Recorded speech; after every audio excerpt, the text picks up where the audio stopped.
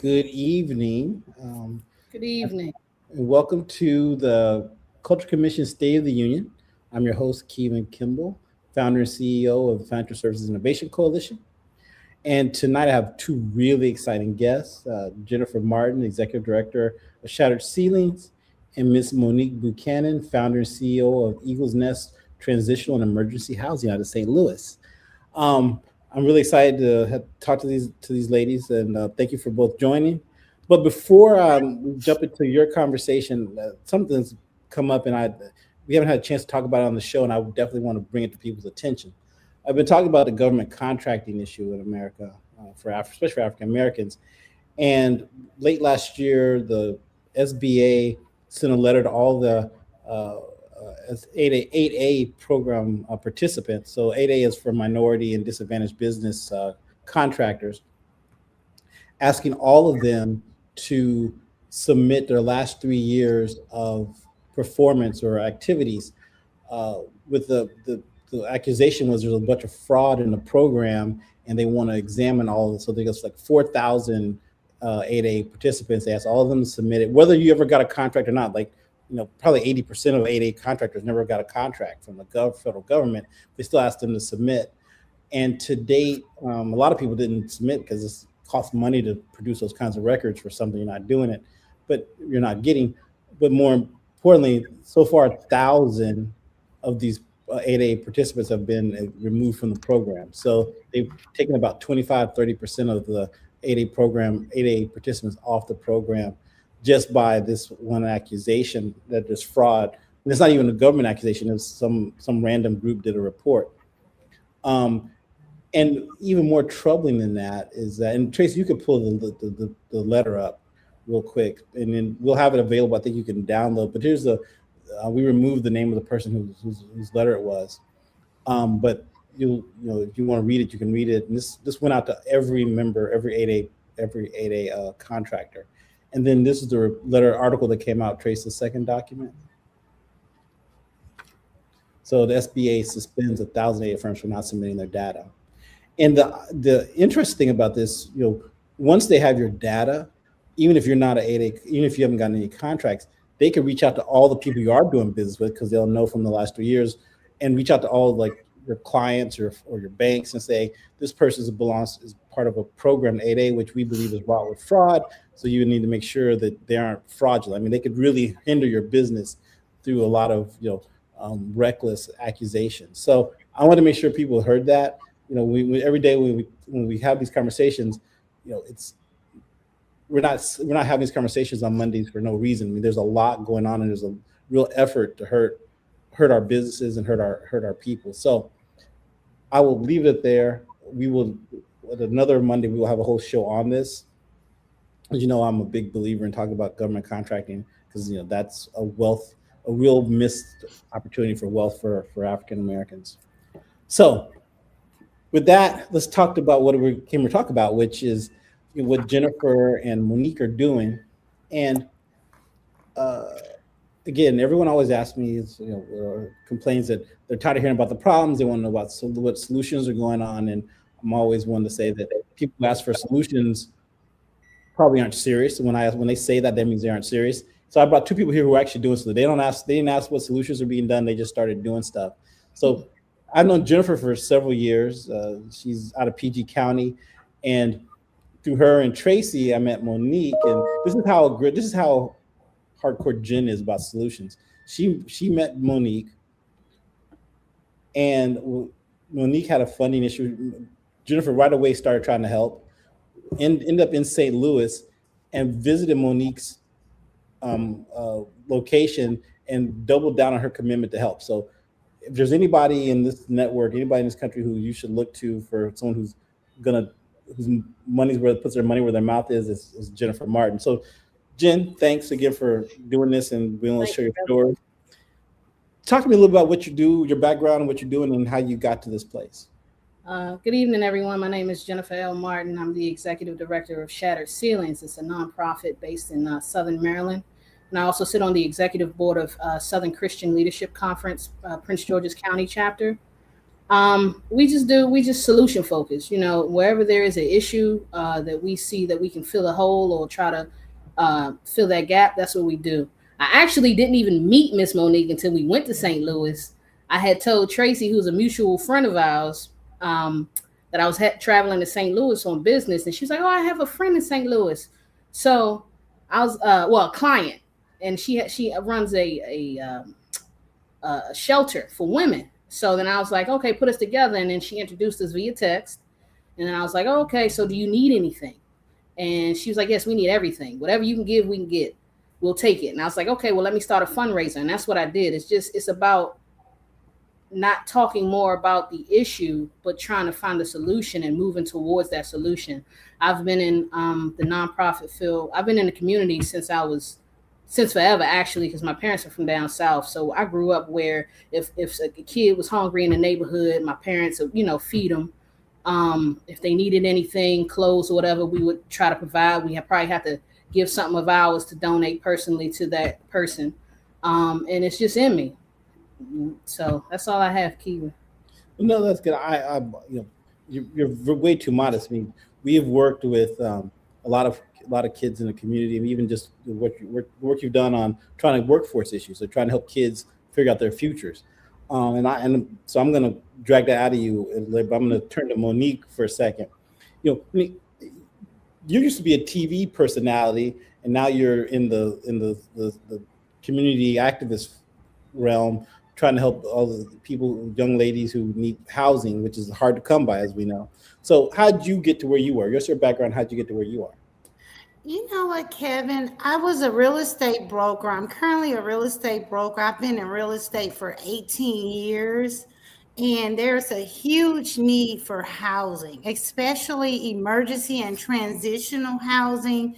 So that's how I got into the field. Especially emergency and transitional housing. Transitional housing. Somebody had a. Yeah, that was me. I apologize, Keegan. That's okay. So basically, I've been in the real estate industry for over 18 years. Okay. We have over 4,000 homeless individuals documented in St. Louis, Missouri alone that's facing homelessness. Mm-hmm, mm-hmm. So there's a huge need.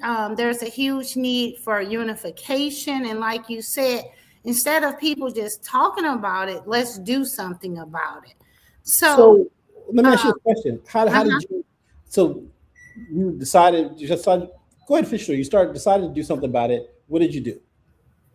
Well, I actually met a great guy. He was the older person in the ward where my facility is located. It's a 45 unit. It used to be a motel, and I did a total gut renovation and I did a total gut renovation, and now it is 45 housing units, single family units we have efficiencies and kitchenettes. So I met a really great guy named Brandon Bosley. He was the older person at the time. Mm-hmm. And Brandon actually came to me and asked me to purchase the facility and do something positive with it. Okay. So now you purchase the facility, did you purchase cash? Did you get a loan? I mean, did you get a grant? How did you purchase a facility? Oh, no, I have not received any grants or any assistance from St. Louis City yet. What I did is I went to the bank. I did get a loan, my own savings, and my mom helped me with loans. So basically the facility, we could afford to do half of the facility. So we're actually over like 1.2, right at 1.3 million. In capital invested? Yes. Okay. All right. Bank loans and my savings and my mother's loans. So what made you decide to take that on at that risk? I mean, a lot of people. So again, and I'm targeting this conversation at people who listen to the show who don't, or who know people who listen, because they're always talking about what they can't do, right? Right. And you went the extra mile, and it's very important that people understand that everyone's afraid, but that's just fear. It's not, it is not a legitimate question to say I don't know what to do when that clearly is a way to go forward. So tell me how you put all this together.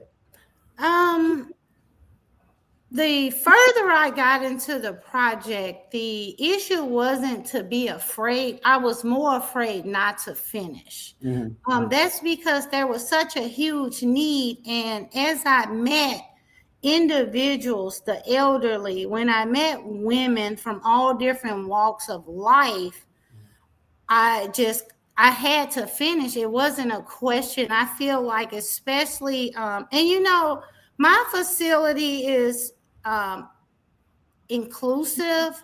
There's all different demographics there. It's not just a Black thing, a white thing. We have a range of all different races at the facility. It wasn't a question of completing. It was, I kept reaching out to the community, just donations, churches, $100, $50. Every time I would get, a donation, I would put, that would be a microwave. That would help with a light fixture. And it was very challenging, Kevin and Jennifer. Sometimes I would sit in my lot and, I will say I have cried a lot of days, but those were tears of joy in the end, because we are 100% leased within 2 months. St. Louis City did kick in Peter and Paul Community Services. They did lease 15 of my units for Code Blue. That's 4 months for the winter outreach program. Because in previous years under other administrations, we had individuals that actually froze and unfortunately died from the cold. So our new mayor, who I love a lot, her name is Kara Spencer, she did kick in and they leased 15 units. The individuals who are a part of the program, they are fed 3 meals a day. They get a hot dinner, and it comes from a homemade catering house, so it's not like a sack lunch or anything like that. They get great meals. So that was a true lifeline for my facility and the women there. And I will say it was very, very challenging, but seeing the women now, from when they came in to when now they have a safe space, just the elevation of just the quality of life. We have some women now looking for jobs. We have people, I've reached out, and people are getting mental health needs, medicine that they've been needing. It's been just a God-sent endeavor. Yeah. Thanks, Jen. I'm going to turn to Jen for a second. You do a lot of work with young people. I know this for a fact. And you've done some ag. We've done we've had focus groups. Just really into it. And I know you invest a lot. I mean, you went to St. Louis. You went to Missouri. With no funding, it's just all grassroots. Just me. And I'm scraping, but I'm getting it done. Well, I'm going to say this as a person who's been in this space. There's precious little money. One of the things we work on at Physic is researching how foundation money gets spent, because there's trillions of dollars in money in nonprofit money out there, but very little of it. I've yet to go to a community like Monique or to your stuff you're doing, Jen, and find someone who says, I got a grant from Ford Foundation, or I got a grant from, that money never comes to us. The people who get the money, it's ridiculous where it goes. In fact, now I'm interviewing myself, but this is an important fact that when George Soros gave his foundation over to his son, Ron, 2 years ago, the very first thing his son did was fire half the people and close most of the offices, right? Because they were just wasting money on infrastructure, not doing anything with it. So these stories, that's why when we're talking to people, everyone's waiting for someone to give them money. If you're going to do this, you're going to have to do it yourself. So Jen, back to you. Talk about some of the things you saw out there and how you plan to help, especially with the young people. Well, it's a lack of information, a lack of where to get, and a lack of how to find the information, a lack of critical thinking. It's just we don't have that community anymore like we used to have. Well, not necessarily in my generation, but like my parents' generation, we don't have that community anymore. And it's just that we need to get that back and have accountability. We don't have that amongst ourselves. So we're always complaining about a lot of things, but no one is never saying, "Hey, I got an idea." You know what I mean? Or willing to fund the idea, willing to fund Yeah, it. I mean, it doesn't. Now, I'm not rich, so I don't. You know what I mean? I do what I can, and every little bit counts. You know what I mean? Every $5, every 10 cents, it counts towards something to the greater good. If we can get that together. So tell the story about My nephew. Yeah, and the work. You and I were. Huh? Go ahead. Yeah. Okay. So you and I were doing a career focus group. It was a few months ago, and I always tag along my great nieces and nephews wherever I go. They gotta go so they can get. Actually, one of them is on here, Activism, the one that you said was talking so much. She's good.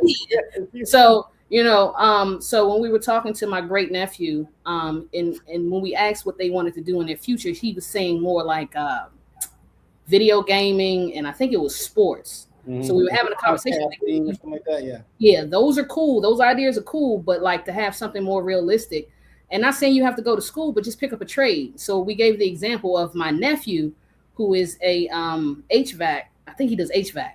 So after putting that little seed in his head, it was like maybe a month later, I went to his football game and I was talking to his counselor, my great nephew's counselor. And it was me, myself, and my nephew who actually does the HVAC. So she was like, "Oh, you're the uncle."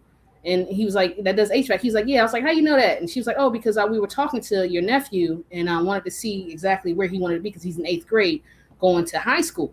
So, and actually see what his future plans was. And he was like, "I want to do HVAC like my uncle." So she was like, "So I'm trying to steer him to find a program that he can get into in high school that can help him along the way." Mm-hmm. So it's just, again, that goes from the lack of information that people don't understand. Like it's not about college, especially now. We have a lot of, I think it was an article you actually sent me, Kevin, when it was talking about blue collar jobs. The Wall Street Journal did an article recently, and said that AI can't replace these blue collar jobs. Yeah. But I couldn't open it because I'm cheap, so I can't subscribe to the Wall Street Journal. You're gonna have to send me that clip, do a little screenshot, so I can get the article. Yeah. So that's just it. Just allowing them to understand that there are things available and you can do what you can do start within your. You don't have to go out here and try to save the world. You know what I mean? Just start within your community. It's simple as something like today. I was out helping a neighbor shovel a space out, and for him to because it snowed up here, the storm. I know you got a lot of snow too, probably, Miss Monique. So it was just I seen him struggling, so I went with a bigger shovel just to help get him out. That's it. It's not about. Sometimes it doesn't take money. It just takes that relationship. Like Dr. Steele said last weekend, it's just building relationships with people. It's not always about the funds. Yeah. So Monique, what are your future plans? Like now that you got started, I mean, what's your goals and how are you going about moving forward? My goal is to finish the facility. We have 20 unfinished units that we're going to convert into kitchenettes because we're seeing that people are able to do the 1-year lease terms in the kitchenettes. My goal is to add wraparound services because there's a huge need in the community for mental health needs. Mm-hmm. So that's my main focus right now. I've been reaching out to case managers, different organizations that can help the individuals. We don't want to just provide housing. We're doing credit repair, teaching financial literacy.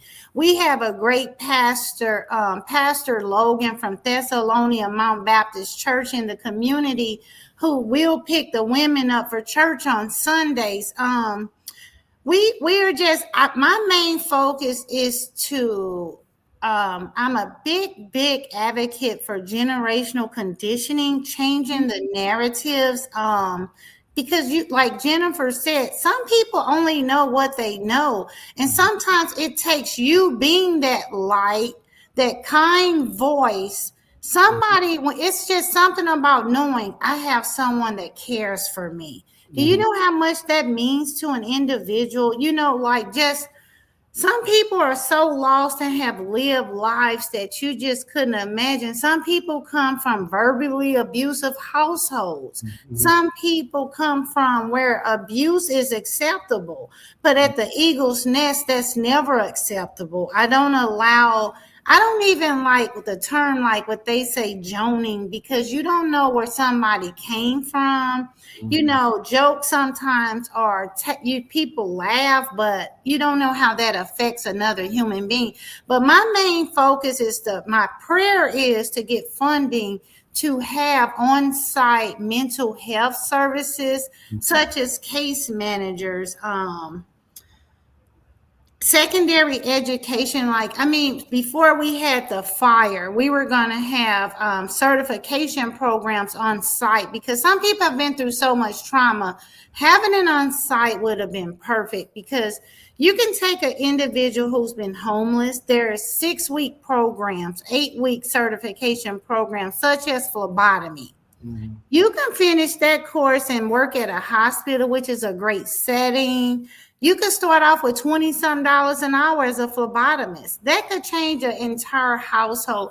And sometimes it just takes getting people out of what they consider their norm and putting them into environments like, hey, that's not acceptable. Teaching boundaries, teaching just common, like brushing your teeth, hygiene.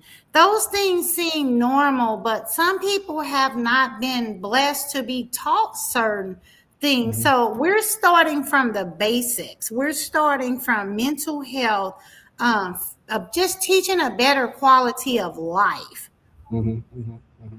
So, Monique, I'm sorry, Kiva.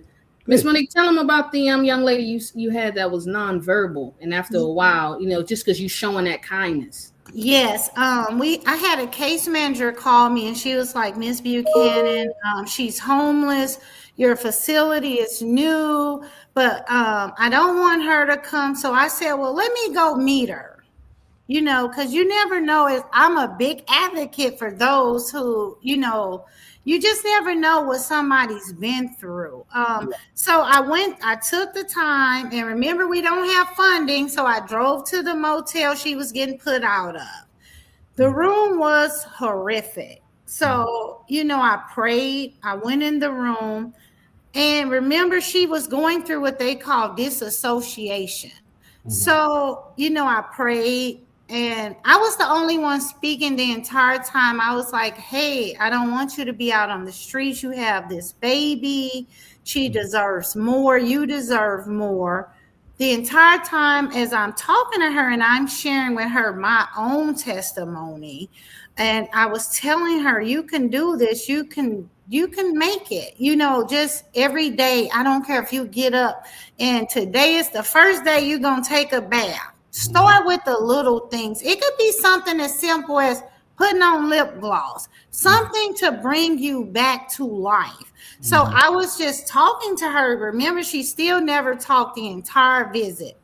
I get a phone call a few days later. She's yelling in the phone, we don't have anywhere to go. So now I know what I'm dealing with. So I go, okay, well, I'm going to type up some rules for you.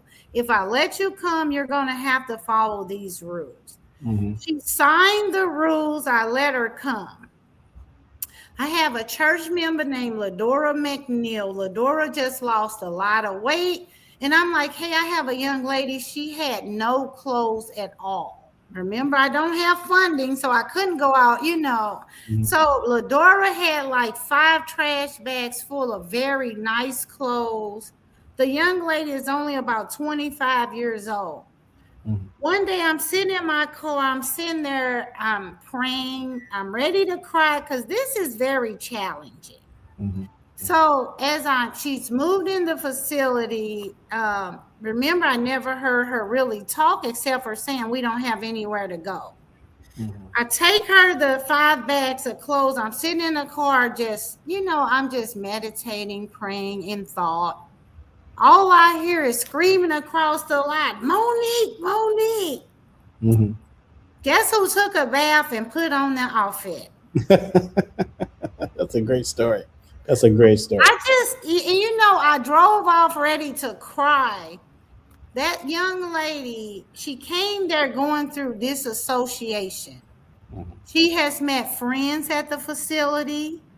Her daughter is clean.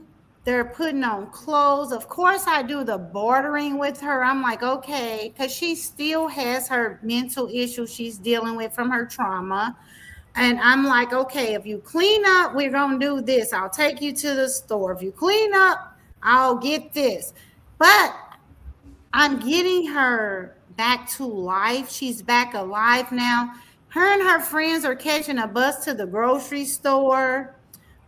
She's cleaning up. She wants me to sign her up for GED school. Mm-hmm. You know, and just I can't express how someone just caring, someone talking to you and not at you can bring someone back to life. And you know, it's just so important just to know I have somebody that cares about me. I have a covering.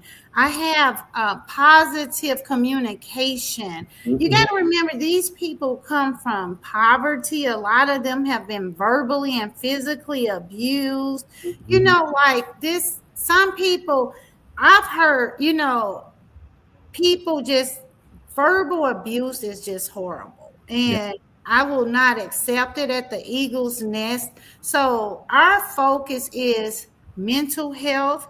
Some, like I've been reaching out to clinics like People's Healthcare, Athenia Healthcare, for young women there that I know need mental health meds, like for their anxiety or their ADHD or whatever, you know. So I'm on the phone a lot trying to get them these resources. So, and I can say St. Louis City, Kara Spencer has been a huge blessing. Peter and Paul Community Services has been a blessing to my facility. Doorways has been a lifeline for my facility. St. Louis City has provided cleaning supplies, blankets, bus tickets for the residents. So we are growing. I don't have that cushion for like how it snowed. I can't call a company and say, hey, come mow this lot, you know. Right. So that's what we need funding for those emergency type of situations. Let me ask you, when we were there talking, when you first started, I think you told me you were looking to make it, the facility was going to be open to men and women, but it was suggested to you that not to bring men to the facilities. You know, run through that, because one of the things we struggle with when we're talking about workforce in this space is, you know, the demonization of Black men is a really hard, you know, that is a vestige of oppression that's really hard to overcome. Tell me how that conversation went. Kevin, everything in me. Honestly, the Eagle's Nest was supposed to be for men. I feel like the African-American male is the most overlooked class in society. I feel like you guys are taught to be strong, not to cry.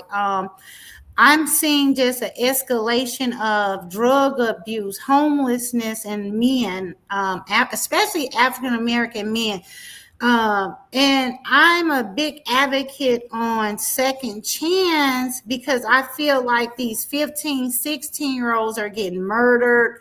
A lot of people say gangs. From what I see, I don't look at it as gangs. I feel like these are people impoverished that are hanging together and all they know is survival. And I'm never, ever giving the devil any type of glory. Violence is violence, but what I'm seeing is they're surviving. Babies are having babies. These young boys are getting murdered. They're getting sent to these prisons for crimes. They're getting extorted, sexually abused, bullied, emasculated. So I wanted it for men, but the previous facility was a nuisance property, which was a drug haven in the past. And so the city felt like start off maybe with women because they didn't want it to become another nuisance property.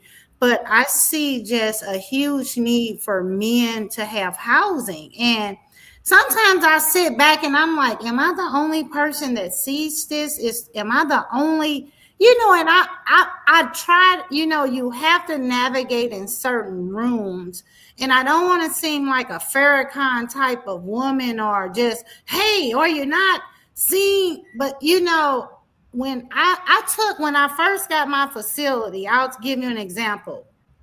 I hired like 10 men off the streets. I paid them $20 an hour to help me gut the property out. Do you know all those 10 men showed up to work every single day on time with their gloves? And a lot of them, 2 out the 10 went to rehab. One to this day is still clean, has his own house, his own apartment. He's doing good. One is back and forth. But if you can save one life, that was worth it all. But I just feel like our society, and my prayer is, and while we have this beautiful platform, what I'm sick and tired of, I feel like, especially in the African American culture, we don't have unification. We are so divided, and I'm a huge history buff. And I feel like we're dealing with a society that has forgotten about our past, where we came from. And we need to focus on that. I feel like unification is power. And so many people are focused on who's the boss, who's in the front. Focus on the mission. Focus on saving lives. Let's do better. Like, look at Jen, Shattered Ceilings. Look at you with your platform, teaching others about financial literacy.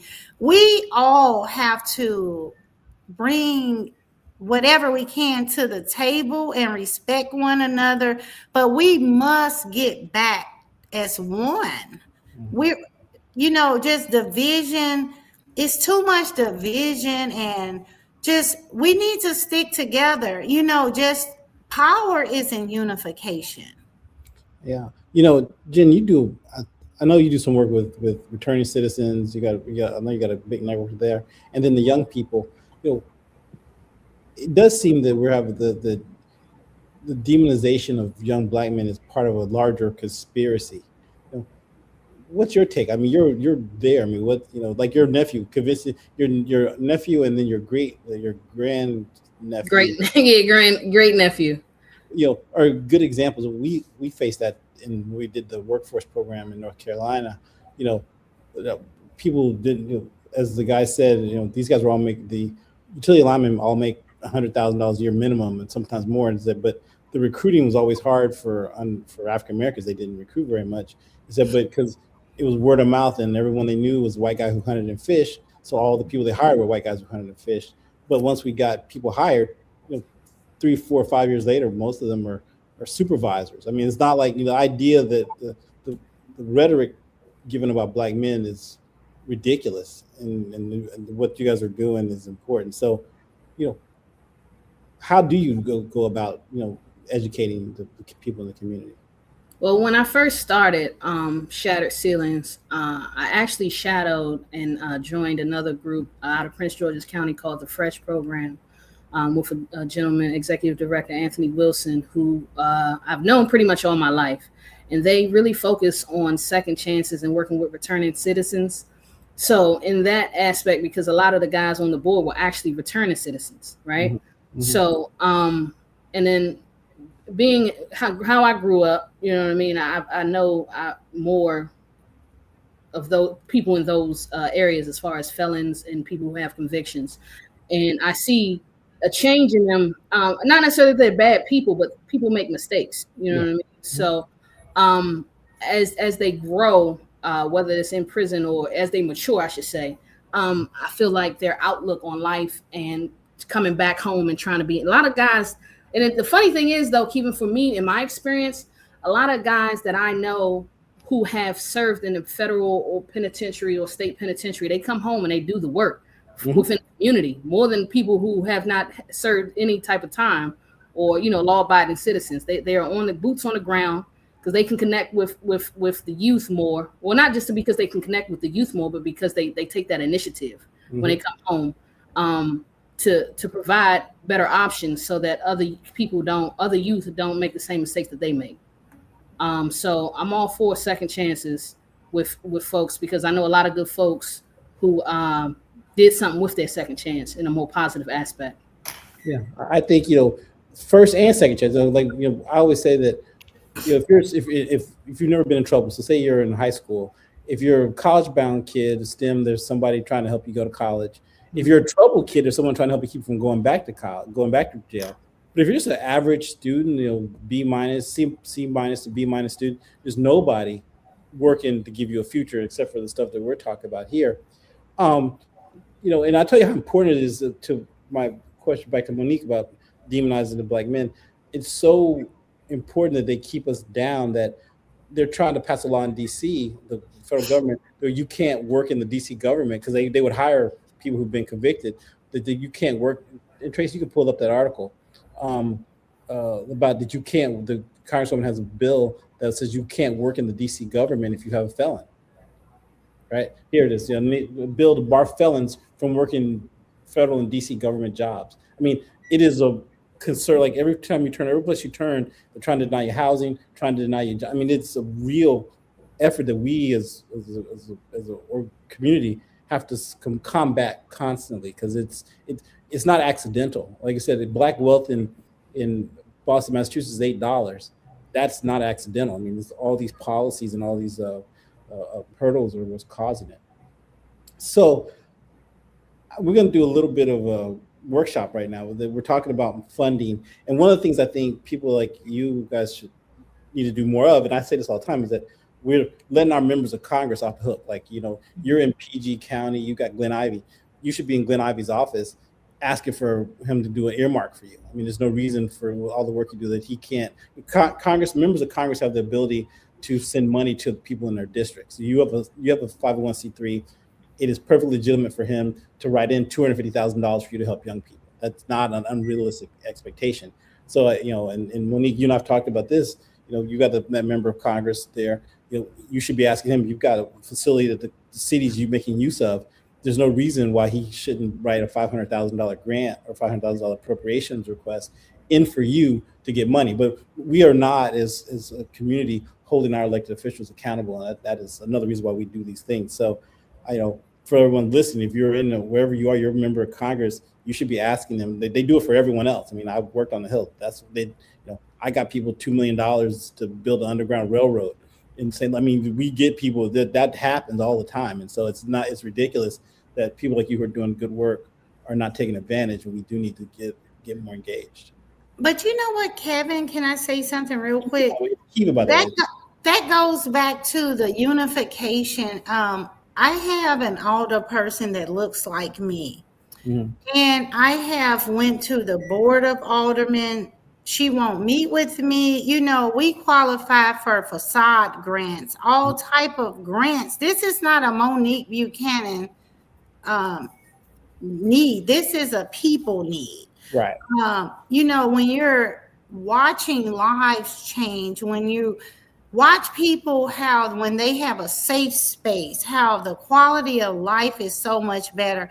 And I also read something that says that what people don't understand is when you are proactive with housing, you're saving 60% of tax dollars. Less ambulance calls, less overdoses, less people going to prisons. It's just housing is so important, and people don't realize how important it is. So, and I have this older person that won't, she just, I don't know what it is, but in your district, she's your older person, or she's somebody else? She's my older person. And I keep going to the board of older people, and I'm like, hey, how do I speak? Because I don't want what I went through for another person to go through. Right. And I feel like, it shouldn't be, well, who likes who or who doesn't want to talk to this person. That should be unacceptable. This is about 45 families that could be housed. And because I have this older person that does not want to talk to me, who I don't know, 20 people are unhoused because of this. And I'm seeing such great results of, we have elderly women from the tornado. We just had a F3 tornado in St. Louis. So we have elderly people from the tornado that are living at my facility. I get so many thank yous and how much they love their new house, even though it's emergency and temporary, but it's just a huge need for unification. I cannot stress the division. And I'm ashamed to say this.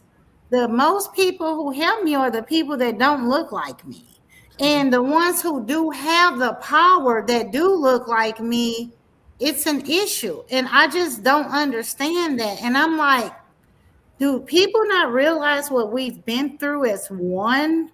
Me and my mom was riding in a car one day and she looked at me so strange because I said, because I always want people to know that whatever I do, I'm coming from a humble place. I said, I just want to be like Harriet Tubman. My mother looked at me.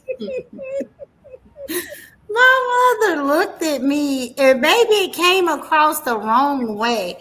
But Harriet Tubman said, I would have saved thousands more if they had known they were slaves. And when I read that, that meant so much to me because I look at people who are in these positions and it's like, what's your purpose? You ran for this position, the people voted you in, tax dollars are paying. How do you say you don't want to meet somebody or you don't want to get a facade grant? We need lights on the front of my facility. We got elderly people living there. It's for women and children only. So if I had extra funding, I could have it lit up. Do you understand what I'm saying? And I like the lady. I'm thinking, what happened? Because I don't know you. Why won't you meet with me? We have this conversation a lot with people who are trying to act, because the reason why I always push politics, the right to vote is one of your hardest things. You vote for somebody, they're your representative, right? Yes. And the other part of that is that Constitution, Article 1 of the Constitution guarantees you the right to petition the government for redress of your grievances. So asking your government to help you is one of your first constitutional rights. What I say is that you guys are allowing this woman to be unresponsive. What I mean by that is you got these churches you're in, and they were, try to get someone selected. I mean, just find somebody and run them and try to get her on. I mean, you may not beat her the first time, but if you keep trying to beat her, someone will beat her. I mean, she's under the belief that job belongs to her, like it's her. She's an employee, and you have to remind her that she's an employee, and that is a hard thing for people to do because we kind of lift these people up so we think they're special. But no, if you had someone who wasn't cleaning up your house or cleaning up your facility, you wouldn't keep them on, you'd fire them, right? So if you have an elected official who's not doing her job, then you got to fire. And I think that is something, to your point, that we do have to do a better job of. Yes. Yeah. I want to talk about your ag work, because I know you do a lot of work at ag and young people, especially young African Americans. Talk a little bit about what you're up to and what you think. Well, we had an ag program going last summer. It was an 8-week program. I partnered with a local farmer, and we would do farm tours. It's about in Beltsville, Maryland, on a property that's actually owned by UDC, because they have an ag program for their DC residents, and just teaching them about self-sustainability and taking them through the grow season. I am in the market to partner with another ag person to see what we can get going for this upcoming grow season. But just being able, we took the kids out there, we plowed the plot, planted the seeds, and just to be able to witness things through the grow season and picking your own produce and seeing the difference in what you actually have when you pick your own stuff from the ground versus what's at the grocery store. And we were out there eating stuff right off, just picking it off like we was in the country somewhere, just picking it off and eating it right out the ground. It was a beautiful experience. So I'm looking to keep that going. And then we also have a program that we're looking to do as a pilot STEM program with a local scientist, about a 4-week program this summer for the youth.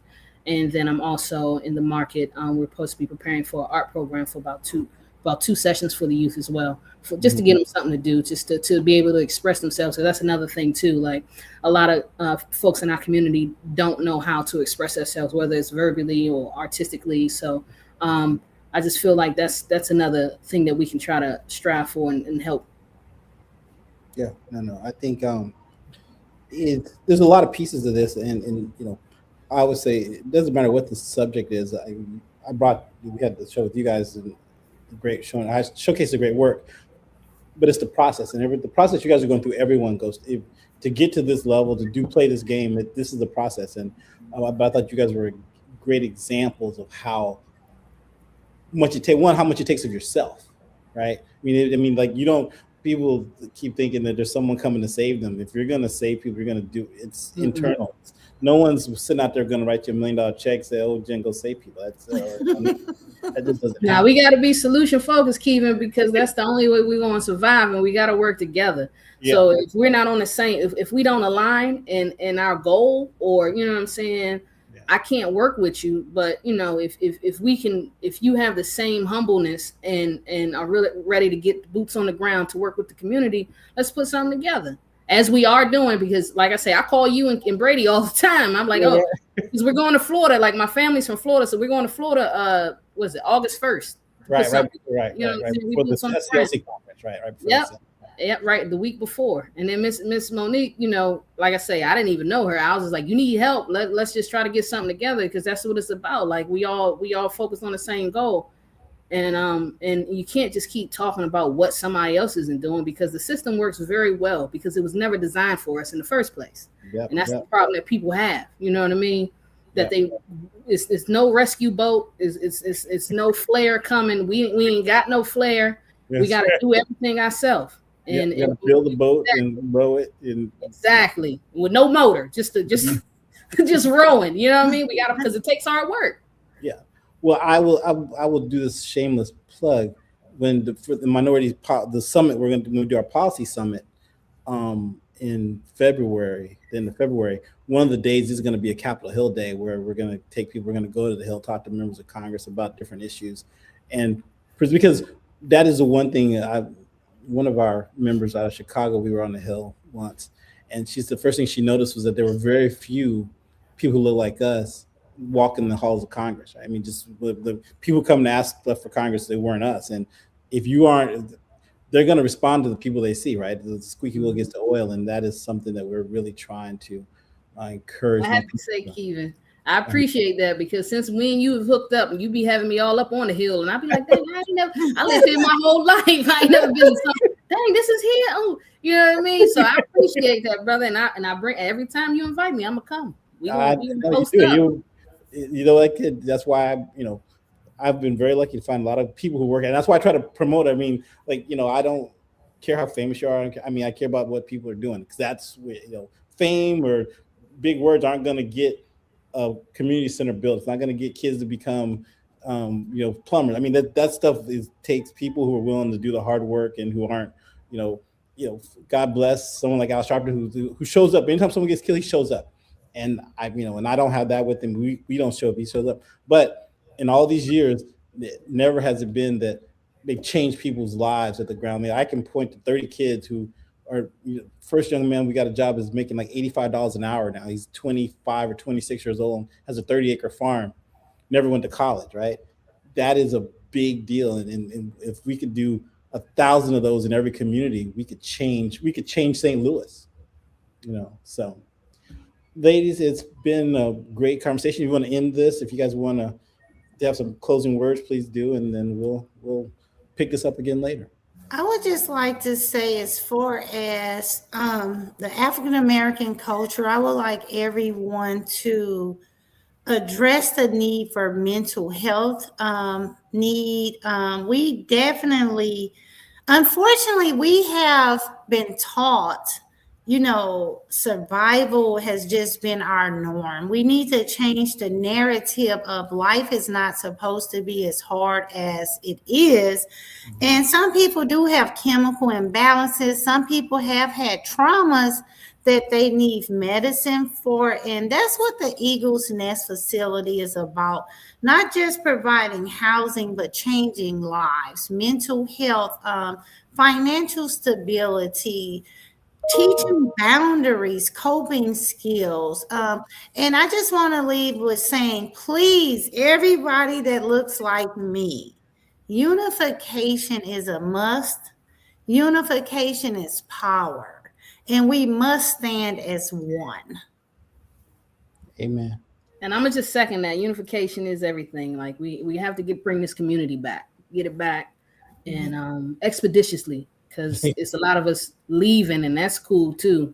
But I can't afford to leave the country, so I'm gonna try to make it here. You know what I mean? We're gonna get it back together, and it just takes programs like Miss Monique's program. I also have another program that I'm working with through Shattered Ceilings to bring that sense of community back. So, stay tuned, but, we just need to do that. And thank you, Kevin, as always, for being available and allowing us to be on your platform. And we just going to keep doing what we got to do. Thank you guys for taking the time.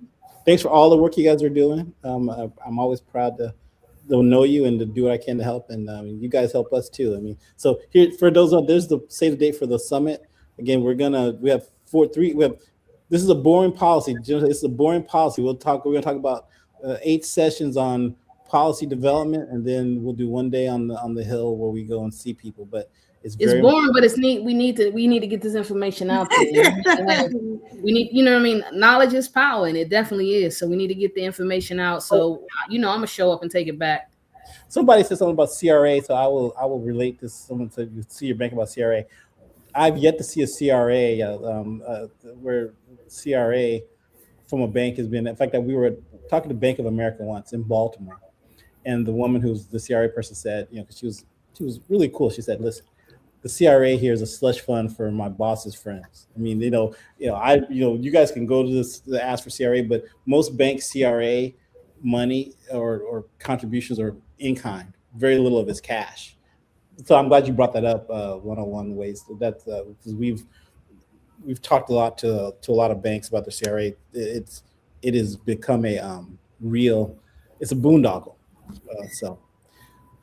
Okay, we could talk all night, but this is good. It's 9:00. Thank you guys for joining, and thank you for having us. Bye, guys. Thank you. All right, thank you, Jennifer. All right, I'll talk to you. I put those 2 beds together, Jennifer. I'm gonna talk to you because I probably come down in June. Okay, we'll see each other at the summit. Yes. Okay. All right. I'm gonna text you. Okay. All right. Thank Peace. you. All right. Say bye, Princess. Say bye, Jennifer.